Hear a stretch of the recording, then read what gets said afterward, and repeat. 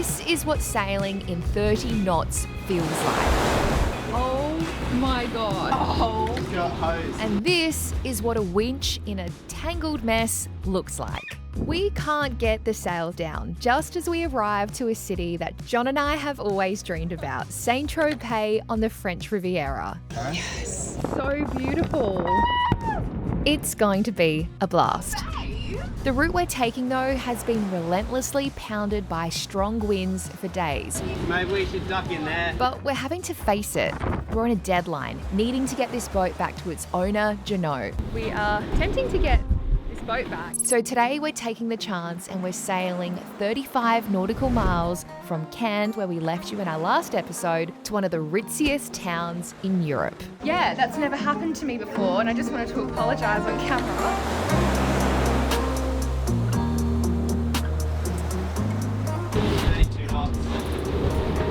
We are currently sailing into 30 knot winds. We're having quite a few waves going over the bow, super windy. I wouldn't stand back there. Yeah. So we're sort of ducking our way underneath the hard top in here. Hard top's amazing. Yeah, when it you're is. under here, you wouldn't even know. It feels like you're doing 5 knots and 10 knots. It's pretty good. I've just been getting some work done in here, but it got a bit hairy there, so. Oh! Got hosed. Oh my, are you sure you don't want a life jacket on? Woo, this got smashed. Woo. Takes your breath away, the wind. It's better in here. I'm gonna stay in here. We'll get there slowly. Oh. Imagine doing the big crossing in this.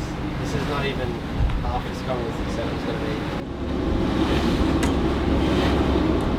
Peking. Going 5.1 knots into 26 knots of wind. These are the strongest winds that John and I have ever sailed in. I think the strongest that we sailed in was probably around 25 knots back when we were at Lady Musgrave in Australia. Wow, this is a lot. Whoa. And again, we were pounding into the wind and into the waves. It was like this for like 15 hours. These conditions are mild compared to what we've seen in other parts of the Med recently. However, sailing upwind can be quite uncomfortable, especially when the hull is slamming down on the waves. We might be better off pulling in here and waiting for a bit. In the past, we've usually avoided it, and we've waited for better weather or just adjusted our route to find the best conditions. But we're almost there. Tell us about this little cove that you found. Yeah, it's just up here. You can see all the other boats anchored up there. It's got really good protection near St Raphael. It's like an outer suburb.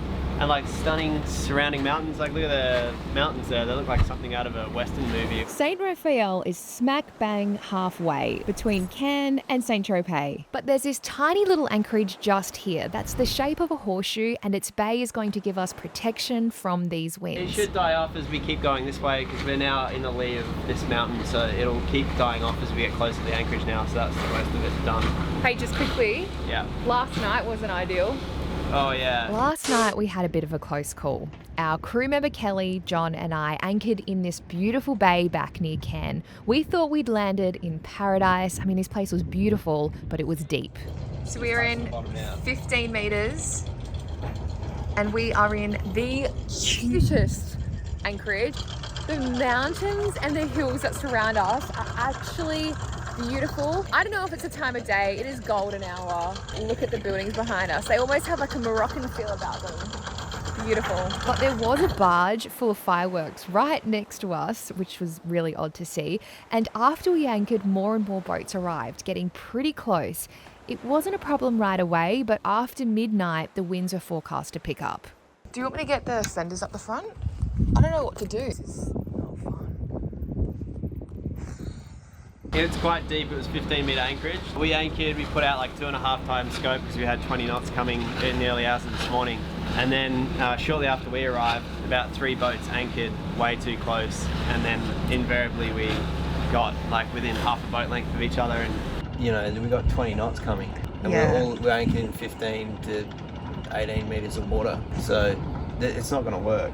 One boat moved, the other boat didn't move, so We moved. we moved. We and moved. We just went way, way away from everyone. Yeah. Because it's just, I don't know, different mentality here. I guess they're used to anchoring in shallow water or more crowded anchorages, bumping into other boats seems to be like not a huge concern to them, but for me, there's no way I'd take that risk. So No way. just gonna move. Yeah, and that was at like 2 a.m. as well.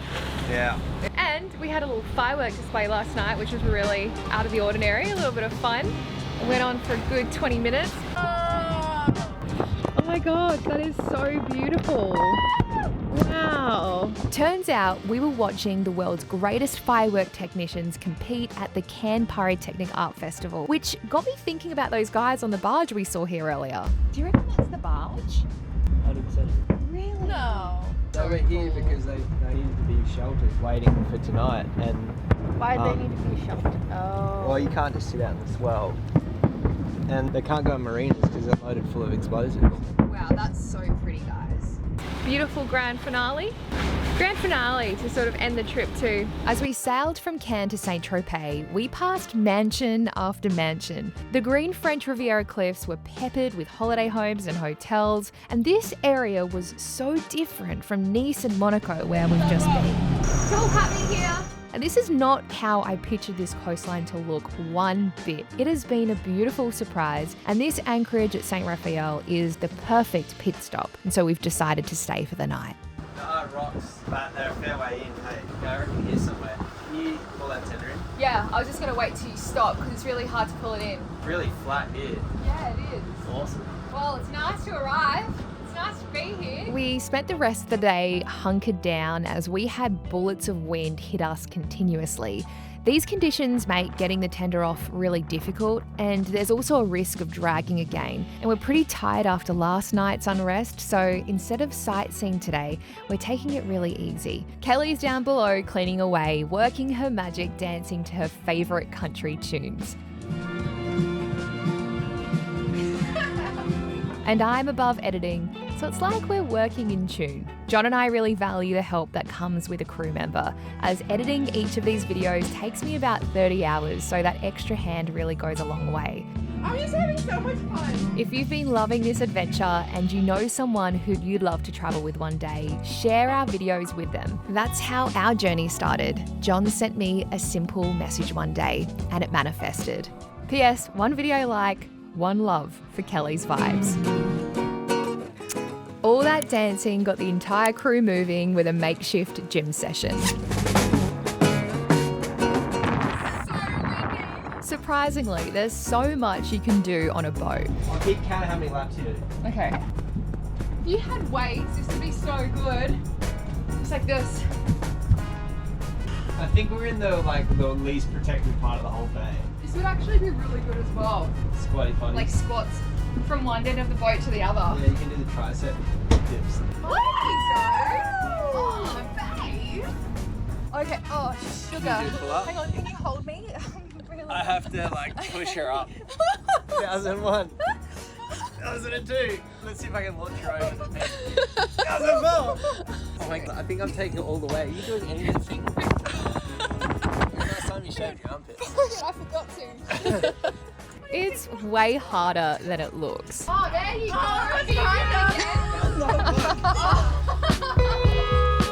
The winds calmed a little overnight, and with St Tropez right on our horizon, we got sailing. We sailed the final leg right into the heart of all the action.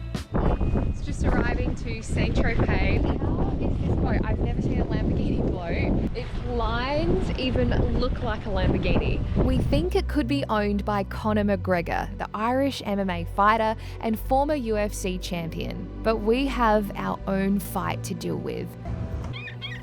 We've sailed right into the St Tropez Bay. It's a dead end. Usually sailing in would be perfectly fine. We try to use the engine as little as possible, but while putting away the headsail, I made my biggest mistake this trip. And now we can't get the sail down, and we've had to veer away from traffic towards open water. This is what we call an overriding turn, and to be honest, I didn't even know it was possible. The sheet has overlapped itself, and in my case, this happened because the line wasn't properly tensioned, and turns out it is a nightmare to untangle, like a knot in a necklace. Only the urgency is real here. We're in a new place we're unfamiliar with, there's traffic all around, we can't get this sail down, and we all need a second to think. How are we going to get out of this mess? John comes up with a plan. We need some slack on that sheet line, but by winching it, it's only going to make it worse as the line just becomes tighter around the winch. But by tying a knot here and tightening it with the second winch, John has loosened the line. Now what? Yep. The knot he used here is called a rolling hitch. You're lucky. Oh my god. I got it.